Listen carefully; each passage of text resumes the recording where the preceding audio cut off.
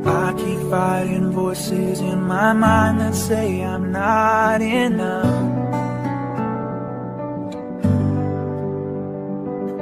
Every single lie that tells me I will never measure up. Hi guys! Isang maganda at mapagpalang araw muli sa ating lahat at welcome back to my Marley Biblical Tips channel. Kumusta na po tayong lahat sa araw na ito? At ngayon po guys ay magpapatuloy pa rin po tayo sa ating mga mahahalagang pinag-uusapan patungkol po sa iba't ibang dahilan kung bakit ginagamit ng Diyos ang tagutom at tagtuyot sa buhay natin or sa buhay ng mga tao sa isang lupain or sa isang bansa. So, magpapatuloy po tayo ngayon guys. Ang ibabahagi ko sa inyo sa videong ito ay ang pang-apat na dahilan ng Diyos. Bakit ginagamit niya ang tagutom at tagtuyot sa ating mga buhay. At ang pang-apat na ito guys ay dahil tumalikod na naman sa Diyos ang mga tao. Na mababasa po natin sa Aklat ng Hukom, chapter 6 verse 1 hanggang 6 at ganito po ang sabi. Sa Hukom chapter 6 verse 1 hanggang 6, tumalikod na naman kay Yahweh ang bansang Israel, kaya sila'y ipinasakop niya sa Madian sa loob ng 7 taon. Hindi makalaban sa mga Madianita ang mga Israelita at napilitan silang magtago sa mga kuweba sa kabundukan. Pagkatapos maghasik sa kanilang mga bukirin, sinasalakay sila ng mga Midianita, Amalesita at iba pang tribo sa lugar na iyon. Kumimpil doon ang mga ito at sinisira ang mga pananim hanggang sa timog sa paligid ng Gaza.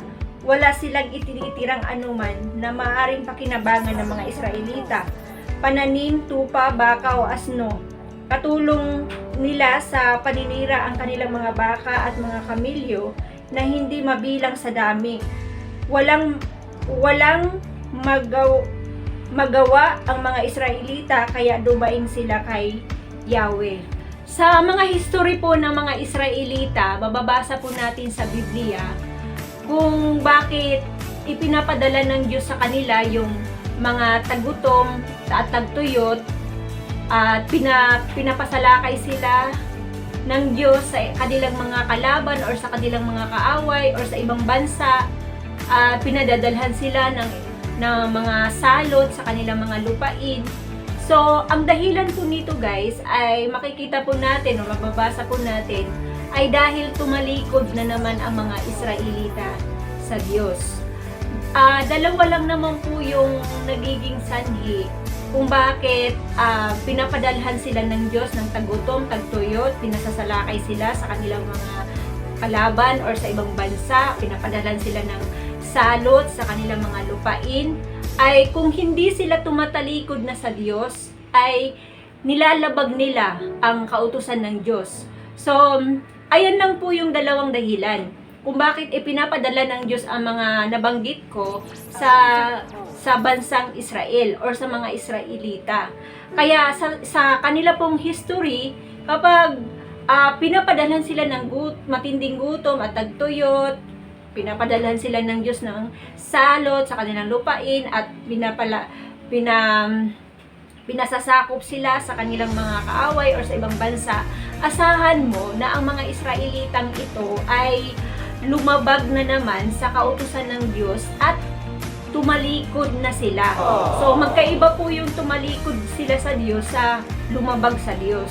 Kasi, although ang paglabag kasi nila sa Diyos, although tumatawag pa rin naman sila sa Diyos, tumatawag pa rin naman sila sa Diyos, sumasamba pa rin sila sa Diyos, pero mayroon silang nilalabag sa mga tagubilin ng Diyos sa kanila. Yung mahalagang tagubilin or kautusan ng Diyos na dapat nilang sundin, na dapat nilang gawin, ay mayroon silang nilabag doon. At iba naman po yung tumalikod na sila sa Diyos kasi totally talagang tinatalikuran nila ang Diyos at sumasamba na sila sa ibang mga Diyos, sa ibang mga Diyos-Diyosan. Sumasamba na sila sa ibang Diyos na hindi man lang nila kilala kung sino yung Diyos na kanilang sinasamba. sumasamba rin sila sa ibang Diyos, katulad ng Baal, yan, ganyan. At sa iba pang mga Diyos ng ibang mga lahi. So, sumasamba sila doon. So, lubusan na nila tinalikuran ang Diyos na nagligtas sa kanila at humirang at pumili sa kanila. So, yun po yung pinapaliwanag ko po yung kaibahan ng pagtalikod at pagsuway, paglabag ng mga Israelita sa Diyos. Dito po kasi guys, sa Hukom chapter 6, verse 1 hanggang 6 na aking pong binasa, tumalikod na naman sila. Tinalikuran na naman nila ang Diyos sa kanilang mga buhay at sumamba na naman sila sa ibang Diyos na kung saan doon galit na galit at nasusuklam ang Diyos kapag sa iba po sila sumasamba. Kaya makita po natin dito. Kaya nga sa ating mga buhay, sa ating lupain or sa ating bansa ay kailangan kapag pinaparanas ng Diyos or ginagamit ng Diyos itong taggutom at tagtuyot sa ating buhay, sa ating lupain or sa ating bansa, ay kailangan na po nating muni-muni, kailangan na po nating magbulay-bulay. Baka meron tayong baka tumalikod na ang mga tao sa Diyos, tumalikod na ang bansang ito sa Diyos, di ba? Tumalikod na ang karamihang mga tao sa Diyos. So, titingnan natin kung bakit ginagamit ito ng Diyos. Kaya nga sabi ko, magmuni-muni tayo, magbulay-bulay tayo kapag tayo po ay pinaparanas ng Diyos ng taggutom at tagtuyot sa ating buhay, sa ating lupain, or sa ating bansa. Kasi baka mayroon tayong ginawa doon sa mga dahilan niya kung bakit pinapadala or ginagamit niya itong taggutom at tagtuyot sa ating bansa, sa ating lupain, or sa ating buhay. Kasi guys, tingnan natin, kapag ang lupain natin, kung saan tayo naninirahan, kung ang bansa natin, kung saan tayo naninirahan, ay ipinaparanas ng Diyos yung taggutom at tagtuyot, natural kasi guys, ay damay-damay na tayo, di ba? Madadamay tayo sa kung ano yung klase ng parusa o disiplina na ginagawa ng Diyos sa isang lupain or sa isang bansa. Madadamay tayo ng mga tao na naninirahan dito sa loob ng bansang ito or sa lupain ito. Yes. Kaya kapag sinabi natin na ang ating lupain at bansa ay pinapadalhan ng Diyos ng taggutom at tagtuyot, ay kasama na po tayo doon. Katulad po ngayon, di ba? Nakakaranas tayo ng pandemic, taggutom ngayon sa ating lupain, taggutom ngayon sa ating bansa. Siyempre, damay-damay na po tayo dito, di ba? Kaya, dapat ang gagawin po natin kapag ganito na po ang mga sitwasyon na nararanasan natin, ay magtatanong na tayo sa Panginoon, muni-muni at magbulay-bulay kung ano yung gustong gawin ng Diyos sa mga tao, sa atin, sa lupaing ito, kung anong gustong mangyari ng Diyos sa lupaing ito or sa bansang ito. Baka ang gusto ng Diyos ay manumbalik lang tayo sa Kanya, tulad ng ginawa po niya dito sa mga Israelita.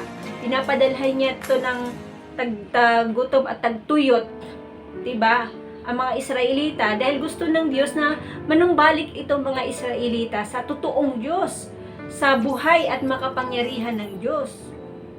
Buhay at makapangyarihan ng Diyos, diba? Yes. Kaya, dapat yun po yung makita po natin dito guys.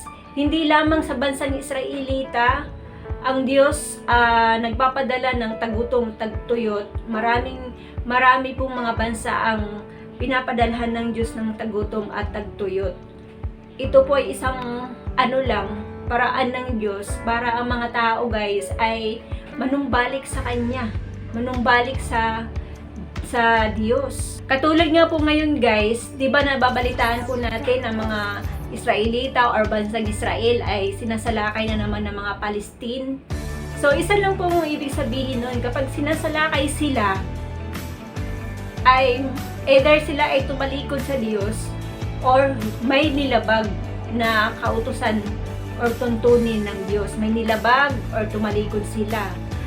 At kapag sila naman po guys, halimbawa ay sinalakay na hindi pinahintulot yun ng Diyos, ililigtas naman sila ng Diyos. Tutulungan naman sila ng Diyos kung paano sila may pagtatanggol at paano sila mapuprotektahan ng Diyos laban doon sa mga sumasalakay sa kanila.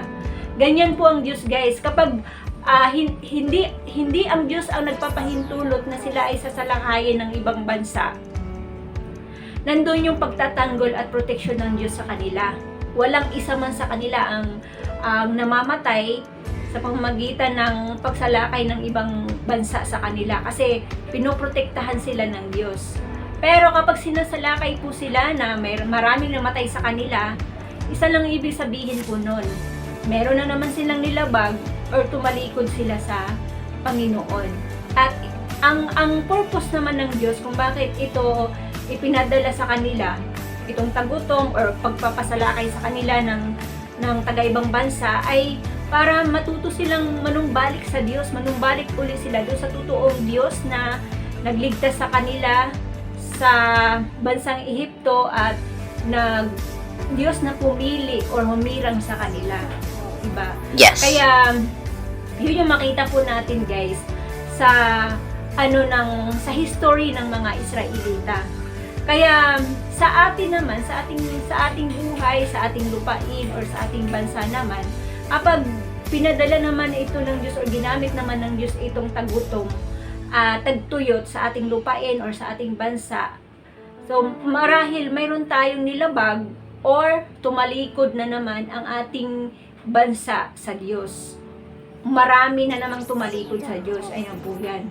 So hindi naman totally na ang buong bansa talaga ay ang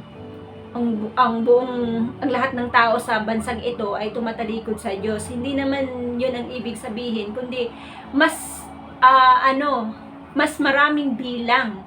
Kapag mas maraming bilang ang tumatalikod sa Diyos, mas maraming bilang ang lumalabag sa kautusan ng Diyos o matuntunin ng Diyos, asahan na po natin na mayroon talagang ginagawa ang Diyos para ang mga taong ito, maraming mga taong ito ay manumbalik sa Panginoon o manumbalik sa Diyos.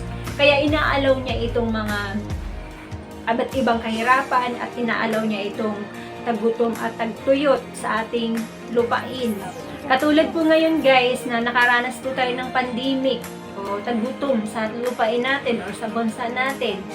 So, isa lang dapat ang gagawin natin sa mga ganitong sitwasyon, manumbalik tayo sa Diyos. Muli tayong manalangin, tumawag sa pangalan ng Panginoong Hesus, tumawag sa Diyos tulad ng ginawa ng mga Israelita dito sa Hukom chapter 6 verse 6 na aking binasa kanina, na sila ay tumawag na naman uli sa Panginoon. So dapat ganun din po ang gagawin natin sa mga ganitong mga sitwasyon. Hindi tayo dapat na magmamatigas lalo sa Panginoon. Kasi kung magmamatigas pa tayo lalo sa Panginoon, wala din naman tayong laban sa Diyos. Kahit magmamatigas tayo, kahit kakalabanin natin ang Diyos sa pamamagitan ng ating paghihimagsik, sa pamamagitan ng ating mga katigasan ng ulo, wala rin tayong magagawa kasi hindi naman natin kayang labanan ang Diyos. Diba? Kaya ba labanan ng tao ang Diyos? Hindi. Kaya pag ganito na po ang mga sitwasyon sa ating bansa, sa ating lupain, na may ganitong sitwasyon na, ay dapat ay mag-ano na kagad tayo sa Panginoon. Lumapit na tayo kaagad sa Panginoon. Tumawag na agad tayo sa Diyos. Manumbalik na tayo kaagad sa Panginoon. Yun lang naman po ang talagang inaantay ng Diyos sa atin. Yung pag-response natin sa mga ganitong sitwasyon. Ito lang yung mga inaantay ng Diyos. Hindi ine-expect ng Panginoon na lalo magmamatigas pa tayo, kundi ang ine-expect ng Panginoon ay lumambot yung ating mga puso, matuto tayong magpakumbaba sa Diyos. Diba? Matuto tayong magpakumbaba, lumapit at tumawag, manalangin sa Panginoon kapag may mga ganito ng mga sitwasyon sa ating mga buhay. Sabi nga po dito sa Ikalawang Kronika, chapter 7, verse 13 hanggang 15, ganito po ang sabi: maaaring ipinid ko ang langit at hindi pumatak ang ulan. So pag hindi pumatak ang ulan, ibig sabihin tagtuyot yan. Ayun. Maaaring magpadala ako ng mga balang upang salantain ang lupaing ito. Maaaring palaganapin ko sa aking bayan ang salot. Ngunit sa sandaling ang bayang ito na aking pinili ay magpakumbaba, manalangin, hanapin ako at talikdan ang kanilang kasamaan. Diringgin ko sila, patatawarin ko sila, at ibabalik ko sa kanilang lupain ang katiwasayan at kasaganaan. Diringgin ko nga ang mga dalangin gagawin dito ngayon at magpakailanman. So yan yung isa sa magandang pangako ng Diyos, na kapag tayo po ay nanunumbalik sa Diyos, sabi dito magpakumbaba, manalangin, humingi ng tawad, patatawarin tayo ng Diyos, diringgin tayo ng Diyos sa ating mga panalangin. Kasi ang Diyos natin guys ay mabuti at mabait yung ating Diyos. Ang Diyos natin guys ay mapagpatawad, mapagmahal, mahabagin, maawain ang ating Diyos. Kaya lang may inaantay siya sa atin na dapat nating gawin sa oras na ipinaparana sa atin ang mga ganitong mga sitwasyon. So sa oras na ipinaparanas na ng Diyos yung tagutom, tagtuyot sa ating lupain, sa ating bansa, ay sabi nga, manalangin tayo, magpakumbaba tayo sa Diyos. Kahit hindi tayo yung taong mismo na tao na tumalikod sa Diyos, kahit hindi man tayo yung tao mismo ang lumabag sa kautusan or sa mga tuntunin ng Diyos, ay isa po tayo dapat unang-una sa mga tatayo para manalangin, ipanalangin yung ating lupain, ipanalangin yung ating bansa, ipanalangin yung mga namumuno sa ating bansa. So yan po yung dapat nating gawin sa oras na nandito tayo sa gitna ng mga sitwasyon ito, or nasa gitna tayo ng tagutom at tagtuyot sa ating lupain or sa ating bansa. So yun ang dapat nating gawin, magpakumbaba tayo sa Diyos, manalangin tayo sa Panginoon, panalangin natin ang ating bansa, ang ating lupain, para yung habag at biyaya ng Diyos ay bumaba sa atin.